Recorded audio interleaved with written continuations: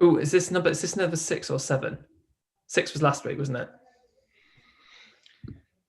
I wouldn't put money on it as my confidence I level. think you're right that last week was 6.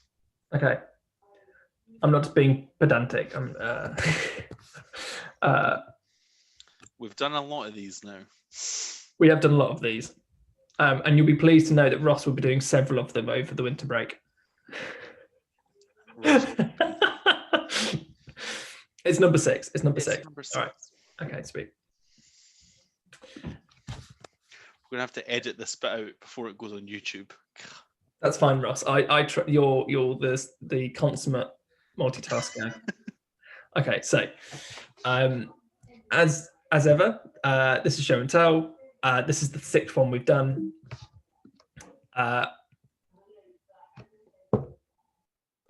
Sorry for you who've heard before, but just to people who haven't, the team is Ross, who is in charge of like planning and like stakeholder engagement. There's myself, Harry, who I work on design and research, and then we have Tom, who does like frontline engagement.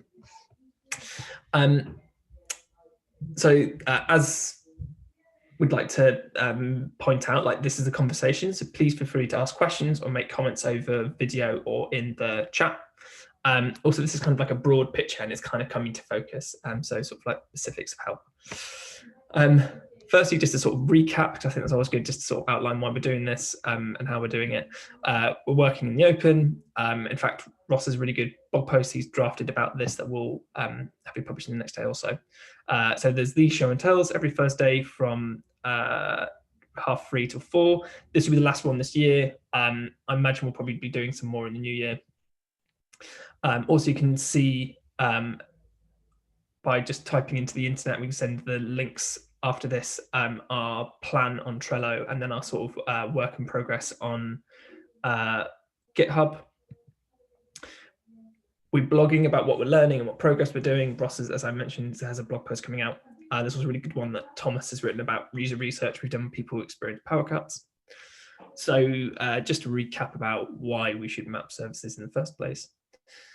Mapping services can help us confirm what user needs we meet now. So we're not necessarily thinking, oh, we'll find out loads of stuff we didn't already know. It's just to help us confirm. It can help us identify common tools we need to deliver current and future services. And that means that we can decide where to focus efforts of service design and tech.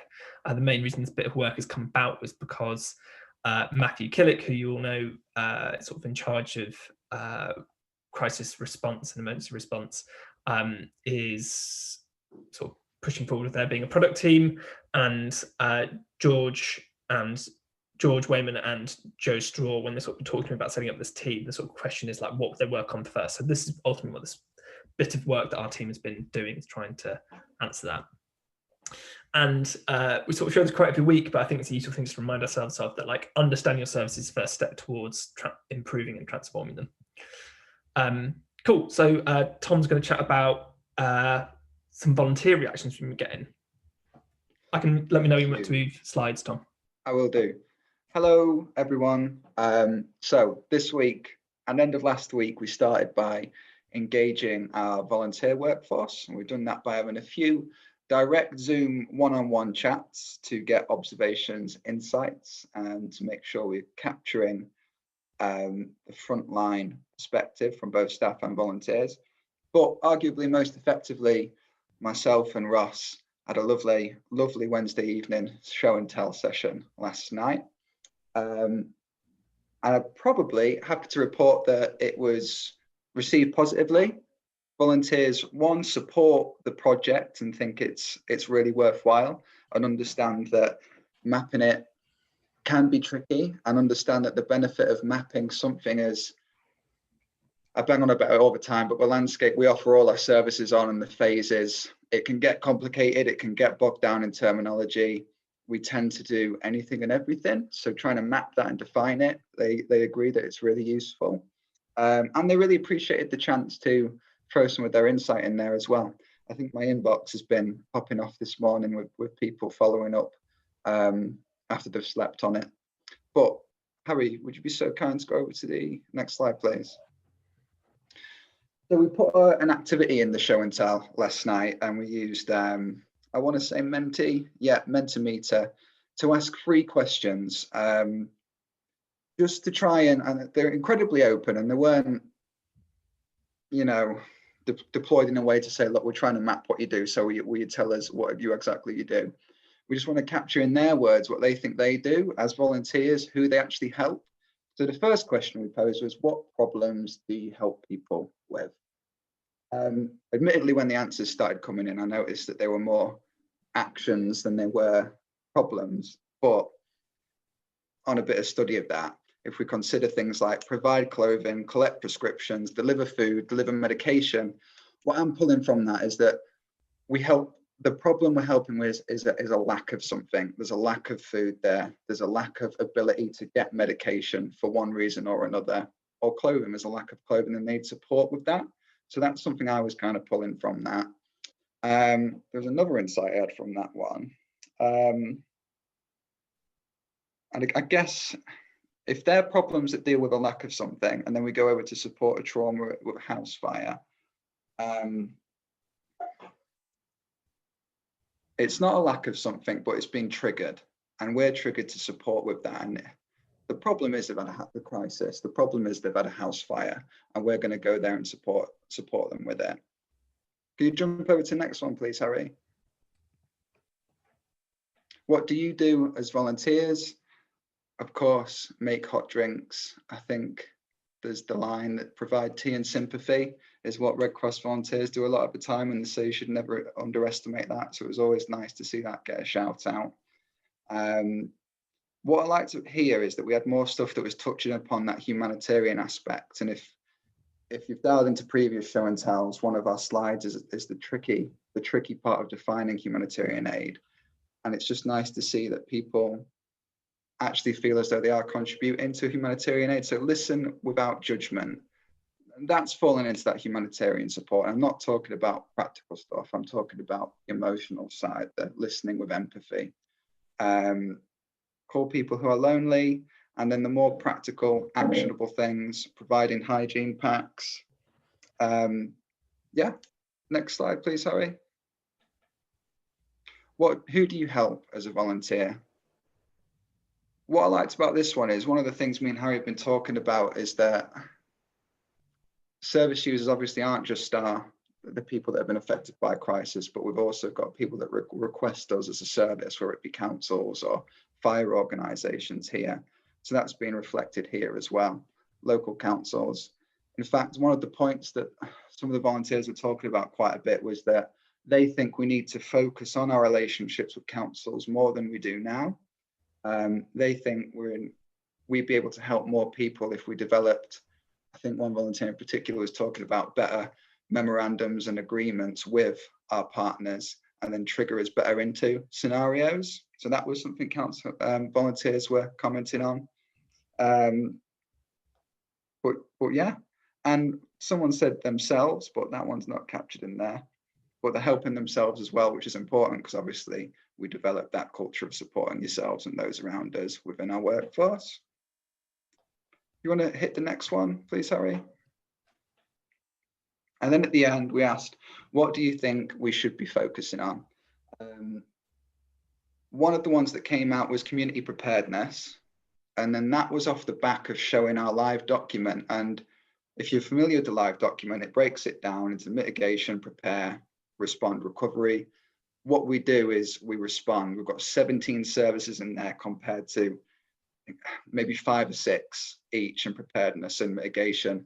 And the ones that do sit in preparedness, it's hard to argue if they're effective or not, but the only way we can measure that is looking at things like the emergency app and how many hits that gets.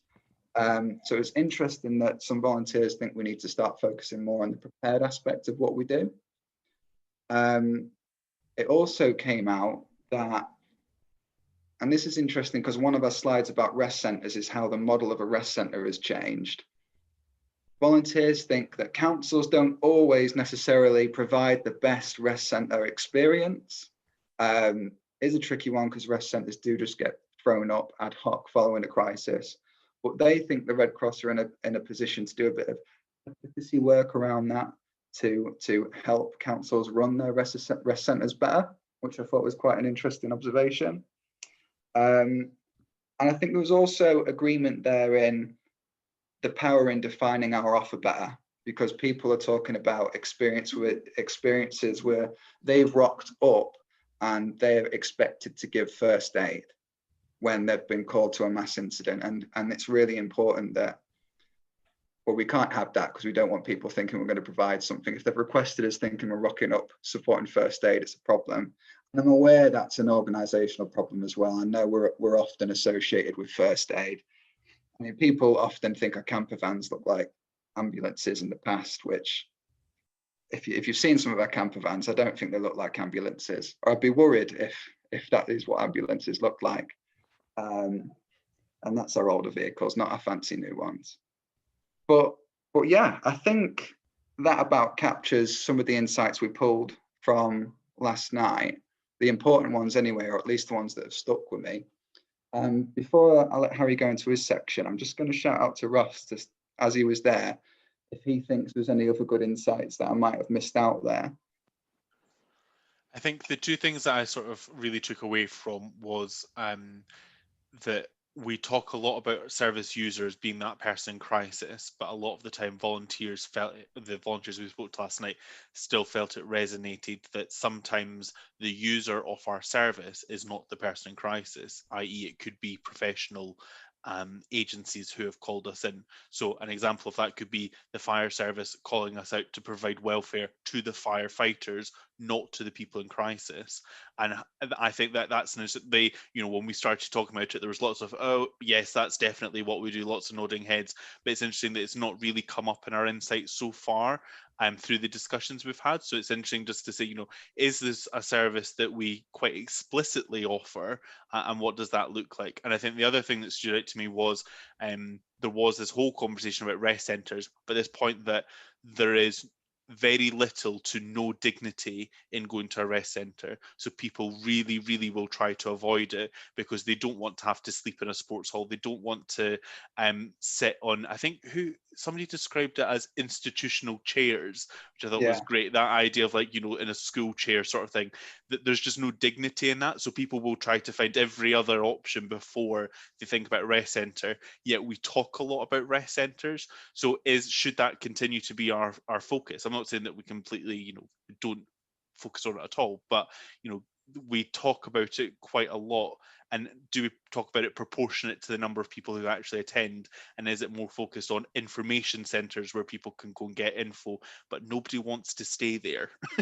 Everybody wants to go and find a hotel or somewhere else. Mm-hmm. And I just thought that dignity piece really stood out to me. So those would be my insights from last night. And lovely insights they are. Thank you, Ross. To be fair, I think that rounds up what I wanted to speak on about the volunteer side of things. So unless anyone's got any specific questions about how that volunteer engagement session went, I'll let Harry jump into his section. Nice one. Okay.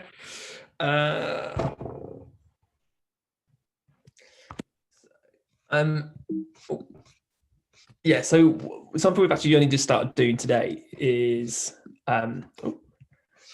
we've started grouping the services we've got into types of services, and this feels kind of like a useful bit of abstraction actually, and so I'm going to sort of take you through some of that now actually, and just come out of the presentation and show you. So let's go to that. Let's go to GitHub. Okay. Right.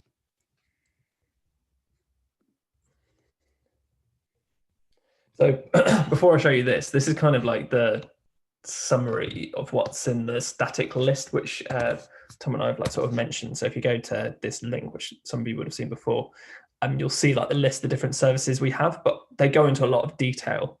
So for example, Prepare for a Fire, there's loads of different stuff in there, but what this list is trying to do is just show a top line groups and dimensions that we can maybe add to these services that might sort of help us figure out what to do next. So can people see that okay? Yeah, I can at least.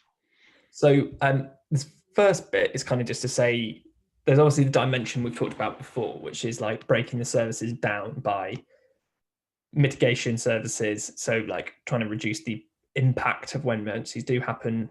There's like preparing people for those, for what's going to happen. Then there's like the response stuff, which I think is quite a bulky bit of what we do now, as you can sort of see from this diagram. And then there's like the recovery bit. And I think what this also does as well, there's another dimension we've got on here. This is very early, by the way. We're going to make it look cleaner and more cleaner and clearer than it is now. We have services for people affected by emergencies, and then services for organisations involved in emergencies. And we've sort of been talking about that, I think, throughout these show and tells, that there's two types of services that we provide.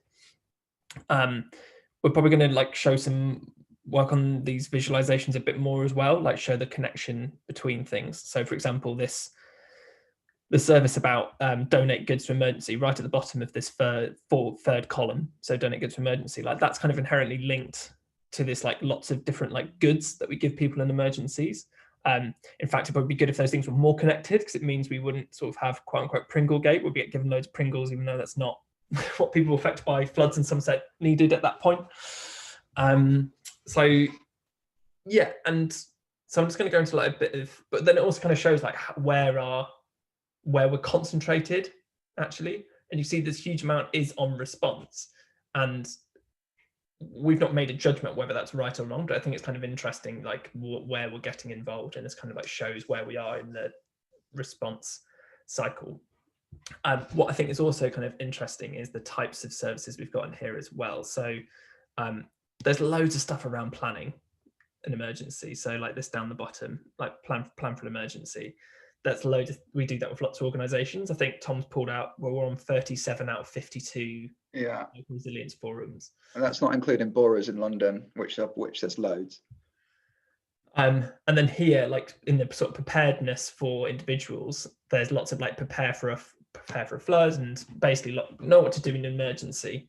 And when you start to group these things together by types of services, actually some of the cross-cutting functions start to make more sense. So like there's know what to do in an emergency, there's clearly some stuff that has to be about how do we deliver information to people and how do we help them find it. And I'm sure Ross and George would be happy to know, or maybe not, that we looked at content we have around prepare for a flood.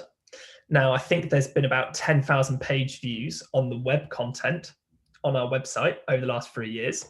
The app has had less than 300 views. So I think it's getting one view in that content per every 3 days.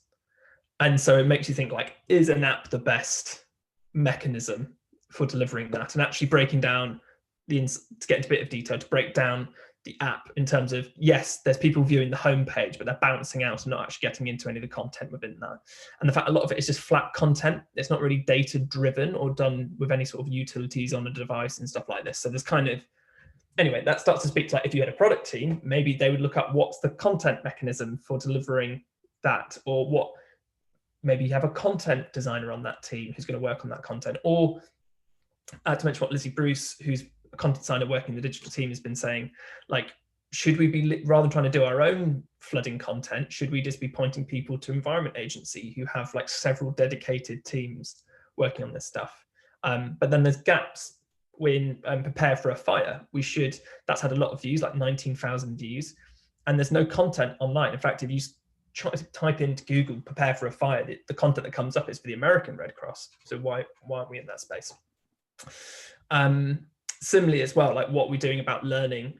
So going down to this into learn to respond in emergencies, like what we're doing around training and actually having web pages about those things and starting to design like what the different bits of training we do for organizations to be involved in emergencies. And that starts to give maybe a product team would work on that and how to deliver that. Similarly as well, if we get into this response bit, we start to look at these different types of services. Once you start to break it down to this level, it's kind of, okay, there is a big bit around like get urgent goods. So like, could you do something about improving how we get urgent goods to people? Is there a thing about looking at like find something urgent, like either a place to sleep for the night? similar stuff about like send people and goods to a place, like what are the things you need to do that. Like there's lots of patterns that I think are quite interesting and established in lots of other industries about like how software and data can really help with those sort of things. And then this like final one about like find something to recover. Like there's lots of interesting stuff in that around.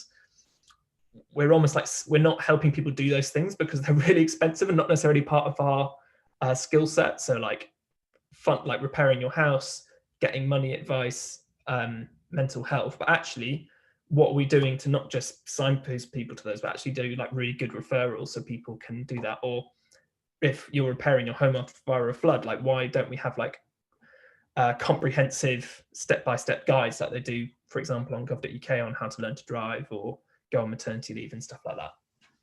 So yeah, that's kind of we've only just started doing this today, but it started to feel like a good exercise. It started to help think, oh, where would we focus our time?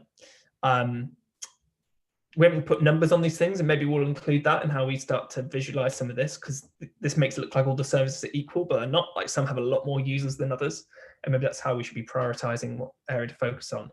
But definitely it's interesting to see some of them are much more like software for logistical challenges, some of them more like software for delivering like flat content. I mean, these last the first one about like plan for emergencies, like that doesn't have much to do with software. That has to do with relationships, and we shouldn't throw software at a very human problem, for example. Anyway, that's kind of where we're at with that. Just gonna go back to here. Oh, I shouldn't stop sharing my screen.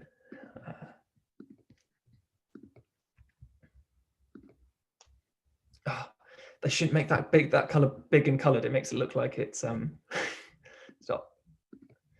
Come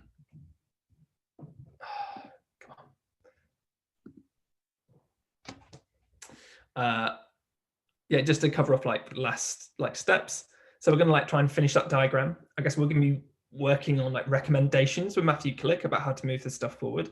I don't think it will just be what service to work on. I think it's how we're going to work on them. And there's some really good work that Joe's been doing, and Adam Rowland's talking to Matthew about like how the product team should be structured. And for example, how much autonomy should they be given to work on things? Because to have a product team, it's not enough just to have the team with the right internet skills in place, like software development and design, but like them actually having control over like what gets made and built. And then I guess there'll probably like be a product like team that needs like a business case, which is what we're working on, which this will help form part of. So yeah, that's I guess that's it for sort of the last show and tell of the year. But we've got sort of 5 minutes to have a bit of discussion. Sorry, it's not longer, but yeah. We've got a couple of questions. Finale. So, George, did you have your hand up for a question? I've got three. I might have 3 questions. That's really cheeky, isn't it? Question 1. So next steps here. One of the things I remember you showing early on was this diagram of all of the intersecting sort of tools underlying certain services. Is that still in the scope to look at that and just to understand where there are common? Yeah, I think so. I think we'll add that in if that doesn't become apparent from the diagram we've done, because I think starting to have, even just putting them into types of services starts to allude to that there might be similar tools to go with some of that stuff. Cool. But I guess that's what I kind of mean by finished diagram, is that Tom and I dimensions to include into that. And that, because that was the thing. My second question was about the prepare and the response stages, and to what extent within our current services is there a pattern that's emerging as to how we focus our preparation type of activity based on where we're responding, if you see what I mean? Because I think I'm right in saying, and correct me ER people on the line, that house fires, for example, overwhelmingly is linked to higher levels of deprivation and so on. And so how you target where you do preparation work actually being linked to how we're responding and learning from that. So I guess like based on what we've found out, based on what we found out, I don't know if we can. So basically, one of the things that people have said quite a lot is, I wish we could do more on preparation. So I don't think we're doing that much on that stage anyway. Like, it looks like it's something that people wish we do more of, which is interesting to hear more of, because we hear lots of anecdotal, like, volunteers wish there was more to do. And so there's kind of like, there's a lot of focusing on response if you by looking at it, but actually in terms of time, there would theoretically be more time to do that. But I don't know if, to answer your question, whether that will help us prioritize that, because I don't think it's something we do much time of anyway, and two, I think it's gonna be really hard to get data on it. But it's not really come out that much that's something we actually spend much operational time on. Operationally, it looks like we spend a lot more time in the response bit, and the prepare bit is just like finding bits of content that we've written and kind of is still on the internet somewhere. Well, let somebody else come in, because I've hogged it. Yeah. Thanks, sorry. Charlotte, you've written quite a bit. Do you want to? Yeah, I was just reflecting on the points about the renaming or rebranding, whatever you want to call it, or even anyway, the rest centre, because at the fires I've been at, there's been a selection of people who do come to the rest centre straight away. There's also a group of individuals who are just really not keen to leave the scene, because they believe that's where they're going to get the best info straight away from the literally from the horse's mouth. The fire team are going to tell them what's going to happen to their property, but actually all of the support is moved to the rest centre. The people from the council who are telling you where you're going to be staying that night, all of our information, clothes and stuff like that. So I wonder whether, like, in the same way we always keep talking about naming our services as what they are, rest centre doesn't really make sense unless you're in the emergency space, and naming it something that actually is a call to action maybe might make more sense and draw more people to it, and also maybe even tailor how we deliver it, because as you say, it is literally the plastic chairs and the tables with the metal legs that pop out and a couple of jugs of water and stuff like that. Like, that's literally what happens. So it doesn't feel wonderfully homely to be in there, to be honest. Yeah, it's really interesting about like what a rest centre's for. Like, I remember Joe doing some freedom of information requests with councils last year, and I think it was only between 3 and 18% of people turn up at them. And it sounds like a lot of the time it's just informational. Like, people just need to know, like you're saying, like, when can they move back into their house? When's it safe for them to do stuff? Like, when's the council going to tell them about like funding? Or there's an interesting bit in there. Whether that's something we get involved with is an interesting bit, which I'll be interested to pick up with you after this. Yeah, it's a trusted voice as well. Sorry, Tom. That people, when you're in that crisis, you're looking for the person you trust the most to be able to give you that information. And the fire team, as like how we've been conditioned, are a pretty valid source of how soon can I get back to my house. So people want to stay as close to that as they can, to be like, you can tell me the information because it's going to come from you or the council. But okay. that That's what you mean. voice as well. Interesting.